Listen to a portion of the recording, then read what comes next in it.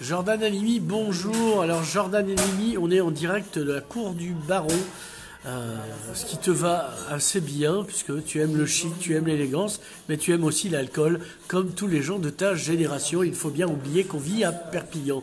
Donc Jordan Halimi, outre qu'il est le fils de Maurice, l'adjoint à la culture qu'on regrette, maintenant je peux le dire, parce qu'à l'époque je ne regrettais pas, mais quand je vois ce qui a suivi, je le regrette. Il y a qui est aussi le créateur de Perp Idées, des idées à Perpignan, comme c'est curieux. Et c'est un think tank, comme on disait, un club de réflexion du temps de ma jeunesse.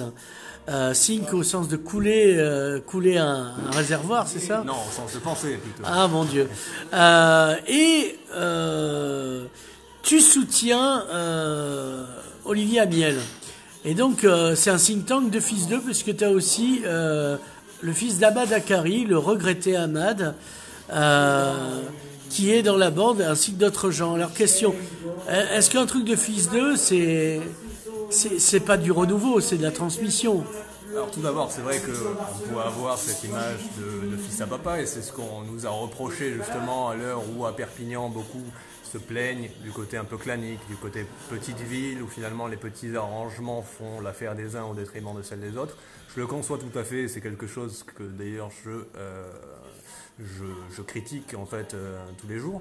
Mais s'il y a un héritage que nous avons en partage avec Olivier et avec Youssef, qui travaille avec moi dans Perpidé, c'est pas une rente au sens du livre qui a été écrit par le sociologue dans les années 90 qui a écrit un livre. Henri Solange, donc l'économie de la rente. Ce n'est pas du tout une économie de la rente. Prix 80 € puisqu'il n'a pas été ressorti sur Internet. Il s'agit avant tout d'un héritage de combat et puis un héritage culturel. Mon père avait une certaine idée de la culture. Il l'a plus, ça y est, c'est fini. Il essaie de transmettre ses idées à sa manière. Le défunt père de Youssef a fait un travail remarquable pour la ville, notamment le dialogue interreligieux. À l'époque, on voyait les communautés juives, musulmanes, catholiques, protestantes communier ensemble. C'est vrai que ce sont des choses... Ce vivre ensemble qui s'est quelque part perdu à Perpignan et qui nous manque terriblement. Alors vivre ensemble ou faire société? Parce que vivre ensemble, on vit ensemble. Faire société, c'est le vivre ensemble plus la cohésion. J'ai une vision très gaulliste de la société française où effectivement il n'y a pas d'intermédiaire entre l'individu et la superstructure et les dieux, que serait l'État. En revanche, on peut envisager un rapport horizontal et vertical pour que les gens soient unis autour de quelque chose. Alors qu'est-ce qui rassemble les gens aujourd'hui? À mon sens, la culture, bien évidemment. Ah bon? Alors non, moi j'aimerais que ce soit le cas, mais alors définis le mot qui est plutôt allemand, parce que les Français, nous, on dit plutôt civilisation, et les Allemands, j'adore Arte. Hein. Tu as beaucoup lu Hannah Arendt, alors. Das Kultur. Oui, j'ai beaucoup lu en général, mais oui, comme quoi je ne suis pas aussi antisémite qu'on veut bien le dire. et son ex non plus, puisqu'elle était avec Heidegger, et que... C'était avait sa carte personnalisée, voilà. Effectivement. Non, alors, si on relit à Hannah Arendt, alors je ne veux pas rentrer dans la philosophie, je ne suis pas là pour ça aujourd'hui, mais Hannah Arendt disait que le drame de la civilisation, ça serait qu'aujourd'hui une botte vaudrait Shakespeare. Autrement dit, on retrouverait une certaine culture élitiste dans des supermarchés, et finalement le prix des choses, comme tout serait lissé, tout serait égal, les choses auraient finalement la même valeur et n'auraient donc en définitive plus de valeur. Pour moi, la culture, c'est sensiblement différent. L'état de nature, voilà, on est finalement pas beaucoup plus évolué que des animaux en costard, pour reprendre l'expression de mon ancien patron. Mais ce qui vraiment nous permet de partager un certain idéal, en tout cas, c'est la culture. Ce qui permet justement de neutraliser les rapports sociaux et faire en sorte que nous puissions vivre ensemble et puis accepter. Oui, mais moi qui aime Puccini, est-ce que j'ai à voir avec un rappeur? Est-ce que ça nous rassemble, Puccini, ou la culture nous dissocie plutôt, puisque moi j'irai pas vraiment vers le rap, et avant qu'il aille vers Puccini, il faudra qu'il devienne notaire. Non, absolument pas. Je pense non, pas parce que j'aime la culture non notaire. Je il y a différentes strates dans la culture, bien sûr. Est-ce qu'il y a vraiment une culture qui nous réunit? Parce qu'on pourrait dire on est en République, donc la culture des Lumières devrait nous réunir. Donc tout à chacun possède son Rousseau, son Voltaire, son Diderot, voire son Dolbach, pour ceux qui ont vendu moins de disques à l'époque. Mais elle peut nous unir dans la désunion, au sens où la lumière, non, c'est acrobatique, roi du trapèze, rattrape-toi l'autre. Non, on est dans le sens où, par exemple, à l'époque des Lumières, le mouvement des Lumières a donné naissance également à des penseurs comme Joseph de Maistre ou les contre-révolutionnaires qui ont et donc finalement, la contre-culture de l'époque. C'est une forme de contre-culture. Thatcher qui a donné naissance au mouvement punk en Angleterre, ce genre de choses. Voilà. Mais pour en revenir à Perpidé... Oui, parce que bon, pas que ça à foutre. On n'est pas là pour parler de moi, mais avant tout de... On n'est pas là pour beurrer des tartines, hein, surtout avec du beurre d'anchois. Voilà, donc comme les Perpignanais commencent à le savoir, on cherche à monter un mouvement pour rassembler les Perpignanais autour d'un certain nombre de valeurs, proposer des idées. Alors, là, je vais te choper sur le mot valeur, parce que vous commencez, quand je dis vous, c'est parce que j'ai entendu Clotilde qui m'a dit la même chose, Louis Alliot m'a dit la même chose. J'ai vu une vidéo avec Jean-Marc Pujol qui m'avait dit qu'il avait des valeurs et pas comme Luxembourg. Donc, c'est quoi tes putains de valeurs, quoi? Définis-les. Ça n'engage que. Moi, je suis plutôt nietzschéen, alors j'ai tendance à considérer qu'il faille évaluer. Tu vas pas éclarer la plupart. Peu de gens ont lu Nietzsche. J'ai tendance à considérer qu'il faille évaluer la valeur de la valeur pour apprécier la valeur. Mais ça, c'est autre chose. Un ensemble de valeurs pour les Perpignanais, pour moi, elles sont simples. Premièrement, la fraternité. Ouais, ça aussi, c'est vague, hein. Deuxièmement, le partage. Troisièmement, le renouveau, parce que énormément de... Ah oui, tu viens d'arriver, tu veux la place des autres, ça c'est normal. Non, pas du tout. Alors, je ne poursuis pas d'ambition personnelle, mais moi je cherche à redonner aux Perpignanais une voix, un nouveau souffle pour un centre-ville qui est en train de dépérir, au bénéfice de grandes surfaces et de friches commerciales toujours plus tentaculaires. Oui, mais c'est pas Pujol qui a mis toutes les grandes surfaces, il y a eu un avant, et soit lui aussi, il y a eu ce développement. C'est un mouvement de fond, on l'a considéré dans le sud, mais il y a certaines villes où avec Perpignan, par exemple, on est en désaccord, pas pour certaines sensibilités politiques, mais par exemple l'exemple de Béziers, la ville repart, les commerces repartent à l'os, comme quoi tout est possible. Donc tu es un fan de Ménard, tu sais, je veux faire les journalistes à la télé, tu vois. Absolument pas, mais... Donc tu es Front National. Non, absolument pas. C'est pas ce que je veux dire, Nicolas, mais je pense qu'à l'heure actuelle, la situation de Perpignan est tellement... Ah oui, c'est le tiers-monde, on va gagner du temps, ou le quart si tu préfères. Non, mais on est tombé bas, on peut se relever, comme à l'exemple de Détroit sur la tribune qu'a fait Olivier Amiel. C'était une ville qui était au bord de la faillite et qui finalement s'est relevée grâce à l'investissement privé. Tu crois qu'il faut transformer Perpignan en grand champ? Parce que Détroit s'est peuplé de potagers. Non, en revanche, Perpidé nous a donné l'occasion de rencontrer des gens formidables. Par exemple, Lucas Goumar qui a monté une société en matière de... Le sac à dos solaire? Non, dans la télémédecine, il a monté des télécabines de télémédecine. Il vient de faire des levées de fonds à Las Vegas, etc. auprès de Capital Risqueur. Il a levé 100 millions d'euros. C'est quelqu'un qui vient d'ici. Ensuite, Rémi qui a monté Sage Light qu'on a interviewé, qui a été SDF pendant 2 ans, il a vécu à la rue. Il a monté son entreprise au cœur de Saint-Jacques, dans le solaire. C'est des personnes formidables qui font du travail de terrain. Les profils que tu montes, c'est un peu très en marche, excuse-moi de te le dire comme ça. Ils sont très Startup Nation, si j'ose dire. Il faut voir ce que... Alors, je ne suis pas là pour faire la politique, mais est-ce que... si, quand même. Mais est-ce qu'on a le sentiment qu'en marche aujourd'hui parce que gérer la France comme une start-up, je veux bien, mais une start-up, c'est la première étape d'une société. C'est-à-dire qu'il faut savoir qu'en France, il y a 8 start-up sur 10 qui ne vont pas au stade du capital développement. Il faut le rappeler à nos chers téléspectateurs. C'est-à-dire qui vont se développer. Et au président de l'université. L'objectif pour Perpignan, nous on aime beaucoup les startups. D'ailleurs, on a fait une tribune sur les incubateurs de startups. Pourquoi pas sur le modèle de l'IoT Valley qui a été créé à Labège à côté de Toulouse. Instaurer ça au centre-ville de Perpignan pour ramener un peu de jeunesse et puis de jeunes actifs, parce que ce qui manque au centre-ville de Perpignan, et on considère ça avec Perpidé, sont des actifs. Aujourd'hui à Perpignan, il y a au centre-ville de Perpignan, uniquement 30% d'individus payent l'impôt sur le revenu. les notables, ou en tout cas les personnes qui s'acquittent de l'impôt, sont dans des zones beaucoup plus pavillonnaires, ou en tout cas en périphérie. Et ça, c'est dramatique parce qu'en cascade, ce sont des gens qui ne vont plus dans nos commerces, qui ne consomment plus local, et qui font le bonheur des centres commerciaux au détriment des artisans, alors qu'on a des personnes formidables à Perpignan. Donc, Perpignan, vous avez déjà monté, alors on a vu des vidéos, vous avez des conférences en gestation pour des débats, justement, parce que si on est en plein grand débat et on ne voit pas grand-chose à dire à Perpignan. Quel thème vous allez aborder ? Alors, on a proposé beaucoup d'articles, on essaie de s'inspirer de ce qui se fait ailleurs pour le proposer à Perpignan, c'est un peu notre marque de fabrique.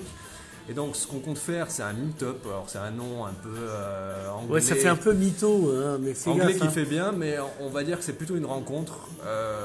Il y aura Olivier Amiel, il y aura Youssef Akari et moi, et puis l'équipe de Perpignan, parce que l'équipe de Perpignan, c'est pas uniquement nous trois, mais il y a des personnes derrière nous qui seront là. Au centre-ville, nous allons aller à la rencontre des commerçants et puis des riverains, des personnes de tous bords politiques, pour leur présenter, puis faire une restitution, un véritable cahier des charges de ce qu'on a fait, de nos propositions, et puis écouter ce que ces personnes ont sur le cœur, à nous confier, comment elles envisagent l'avenir à Perpignan, et puis comment elles déterminent dans un futur proche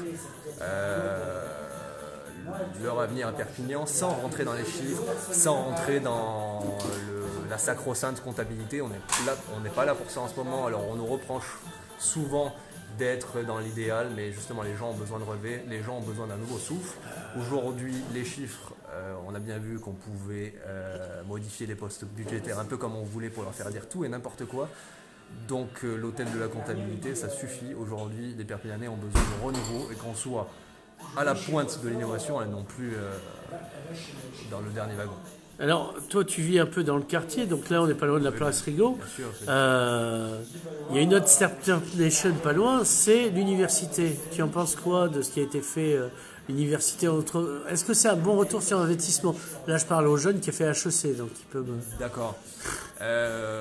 Moi, j'ai filé 8 millions. Tu veux parler de la fac de droit ? Ouais. J'ai filé 8 millions pour le retour de l'université avec une promesse sous-tendue que je sois noyé d'étudiants dans les bars et autres commerces.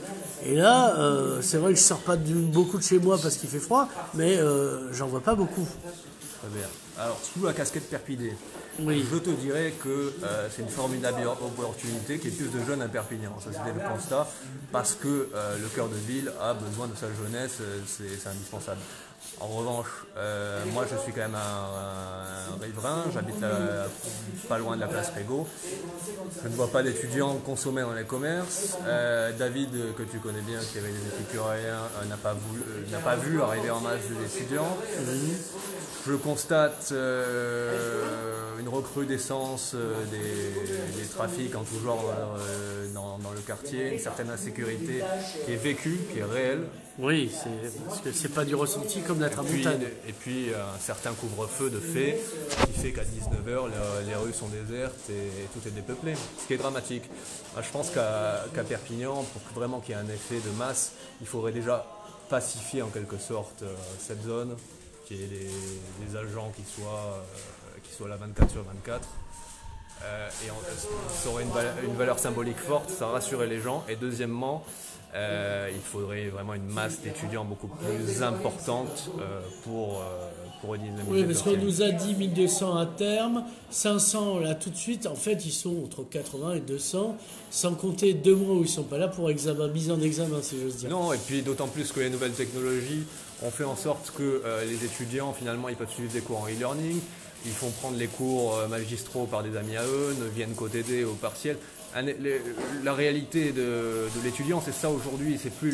On n'est plus obligé d'aller pointer pour aller chercher son polycopier, sinon on ne nous le donnera pas. Ouais. On est dans l'ère du numérique. Et ce qu'il faut, c'est vraiment créer une dynamique autour de l'université. Mais il faut qu'ils aient intérêt à venir dans le centre-ville eux-mêmes. Exactement. Mais leur cours, c'est pas suffisant. Il faut de la culture pour en revenir toujours au même débat. Toujours de la culture, des centres d'activité. Est-ce qu'une radio étudiante, ça serait bien pas la fausse radio étudiante Port-Baf, qui mettrait au centre-ville, qui permettrait aussi d'inviter les voisins qui nous font nous voir de loin, on appelle ça des gitans, je crois. Ben, ça serait une formidable opportunité. Alors moi, sous ma casquette, je ne veux pas dire artiste parce que c'est Oui, présomptueux. mais tu faisais du hardcore. Voilà, j'avais un groupe de hardcore à l'époque. Et c'est vrai qu'on constatait qu'il y avait une scène locale qui se produisait au Mediator, au Croque-Mort. On avait la chance d'avoir le Croque-Mort. Oui. Et on avait été interviewé, c'était un formidable tremplin à Radio Zigomar à l'époque, qui était un tremplin pour tous ces jeunes artistes qui avaient des choses à dire. Et puis finalement, toutes ces choses-là se sont délitées, n'existent plus. Et on se rend compte, moi j'ai beaucoup d'amis qui sont dans le milieu de la musique et qui ont du talent, notamment Yamin Alma qui a joué avec le pianiste Michael Jackson, qui l'a fait venir pour une masterclass au Mediator, personne n'en parle. Toutes ces personnes-là ont du talent, on pourrait envisager de recréer une sorte de radio locale.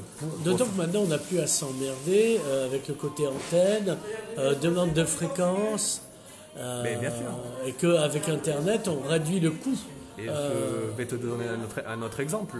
L'exemple frappant, c'est un Perpignanais qui a énormément de talent et pour lequel j'ai énormément d'admiration, c'est mon ami Alexis Galisser. Oui.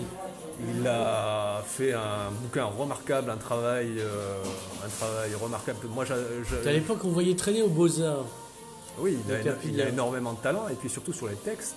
Il a écrit aux éditions Alia. Oui, alors c'est un peu sur le modèle des chants de Maldoror, façon Isidore Ducasse, le conte de l'autre amant, c'est très torturé. Mais il est interviewé partout, il donne des cours à la Sorbonne, il était à Paris, il a été interviewé sur toutes les grandes radios.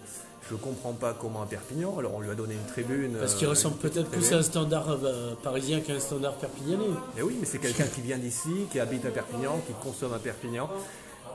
Et ce genre de personnes doivent s'intégrer à un collectif et pouvoir mettre en partage, exprimer leurs idées et puis aider la société perpignanaise à se développer à travers la culture. Mais regarde, à un moment donné, Nicolas Lebourg, que tu connais peut-être, oui, bien sûr, historien spécialiste de l'extrême droite, candidaté à l'université de Perpignan. Puis c'est lui, finalement, on a tout fait pour qu'il n'y soit pas. Et finalement, il est à la Fondation Jean Jaurès et à une université à Washington. Bon, ben voilà, quoi. On fait exprès, il y a des ratés exprès à Perpignan aussi. Et il y a encore certains clans, certaines personnes, certains détenteurs d'un certain pouvoir qui ont tout intérêt à conserver le pouvoir. Le but n'est pas tant l'intérêt général que de poursuivre les intérêts personnels, étant donné que ça s'est passé comme ça depuis des années et ces gens-là ne comprennent pas, à rebours de ce qui se passe dans l'Europe et en France actuellement, où on constate un renouveau dans toutes les formations politiques. On constate que certaines personnes veulent conserver le pouvoir. Maintenant, les gens ont le pouvoir de changer les choses. Ils ont un pouvoir. On est en démocratie. Ah bon, t'es sûr ? Oui, alors certains diront en oligarchie, mais officiellement, on est en démociratie. Officiellement, c'est bien de reprendre le terme. C'est le pouvoir du peuple, par le peuple, pour le peuple. Voilà, donc c'est qu'on soit... On leur dira. Mais j'invite toutes les personnes qui ont des choses à dire, des choses à revendiquer, puis qui veulent surtout faire avancer leur projet pour la ville, à assister à nos prochains événements pour Perpidé, et ensuite apporter leur pierre à l'édifice, et puis nous soutenir de quelque façon que ce soit, venir à notre rencontre, même s'ils sont en désaccord. Nous, on est pour un partage direct et franc. La démocratie, c'est pas l'accord parfait, loin s'en faut. Non, bien sûr que non. C'est le désaccord débattu. Ça n'engage que toi. Alors après, chacun a sa conception de la démocratie. Non, à un moment donné, Staline avait la sienne. Non, la démocratie, il y a une définition précise. Sans revenir à la conception stalinienne, puisque tu veux jouer à Staline. J'aime les moustaches. Non, on avait surtout la conception rousseauiste et puis la conception de Montesquieu. Est-ce qu'on est plutôt pour une démocratie directe type suisse, vraiment participative, qui serait beaucoup plus rousseauiste? Oui, parce que Rousseau est en même Suisse, donc ceci est dans cela. Ou est-ce qu'on est plutôt Montesquieu avec... plus bourgeois, on va dire, parce qu'en gros... une représentativité, on élit nos représentants. Oui. Lui, c'était noblesse de robe, on le comprend, il est perpétué. Moi, je pense qu'on peut se situer entre les deux, et on va y revenir, justement, parce que Macron propose un référendum. Moi, je pense qu'il faut aller plus loin. Notamment... Roussieux, donc toi, tu es Roussieux. Mais on en discutait une fois, moi, je pense qu'il faudrait faire des référendums locaux. Ah, ça c'est bien d'en parler, mais Jean-Marc Pujol va en faire, puisqu'il est gilet jaune. Ah, Enfin, c'est la logique, hein. À partir du moment où il revient un gilet jaune, il reprend les revendications à son compte. Je ne suis pas là aujourd'hui pour critiquer qui que ce soit parce que c'est l'écume des mots et je laisse les commentaires des commentaires à ces commentateurs-là. Voilà. En revanche, je constate avec une certaine, non pas amertume, mais avec déception et un certain sourire que finalement on se revendique de certains symboles, de certaines idées par une forme d'opportunisme, par récupération politique. Mais les gens ne sont pas dupes et je crois qu'au contraire, même si Victor Hugo écrivait que la forme c'est le fond qui remonte à la surface, aujourd'hui les gens ont terriblement besoin de fond avant de faire de la politique politicienne. Oui, avant de toucher le fond, on serait bien qu'on en ait du fond. Exactement. Qu'est-ce qu'on n'a pas dit, qu'on devrait dire, sans quoi cette interview serait absolument inutile et vide de sens? Parce que là, on a quand même pas mal débattu, on a même parlé de la philosophie, des Allemands, Hannah Arendt, tout ça. Enfin bon, on est allé loin, quoi. C'est vrai, on a balayé les commerces, moi ça sera mon mot de ma fin, mais si tu as... Est-ce que tu as un site internet? Alors voilà. Alors oui, vous pouvez nous suivre sur www.perpi-d.com Ouais. où là on propose nos idées et où vous pouvez soumettre vos idées. Ouais. On a notre Facebook, on est également sur Twitter et Instagram et vous pouvez nous joindre à tout moment et on s'empressera de vous répondre. À 3h du matin, tu dors quand même. C'est une vie, quoi. Je dors très peu, donc je Ah suis oui. pas un modèle à suivre. Et sinon, on organise, là on va publier dans les prochains jours, j'en ai parlé tout à l'heure, c'est une rencontre avec les Perpignanais, donc on va communiquer. Le meet-up. Un meet-up. Alors quel lieu, quel endroit, quelle heure, Donc a priori, ça sera vers l'ancien comptoir, vers le Castillet. C'est pas officiel encore, on n'a pas encore bloqué la chose, Ouais. mais ça sera sous une dizaine de jours, ça ira très, très rapidement, les affiches sont prêtes, donc vous serez très, très bientôt au courant. Touchez les bons bouchers, vous aurez la réponse à vos questions. On vous invite à nous rejoindre. Jordan Halimi, merci. Merci à toi Nicolas. Alors c'est bien si...